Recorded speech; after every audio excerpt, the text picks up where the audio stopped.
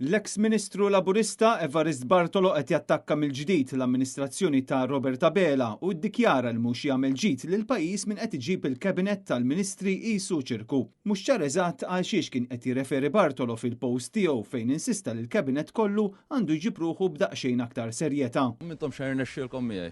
Imma ħadd irreżenja? Diġà weġibtek, diġà weġibtek. Mhux ħadd irreżenja ġifieri.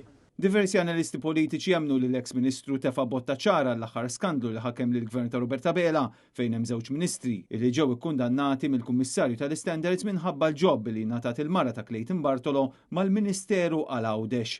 Mal-post tiegħu fuq Facebook Evarist Bartolo poġġa ritratt ta' ċirku mimli kummedjanti, allegorija għall-istat li spiċċa fih il-gvern ta' Robert Abela.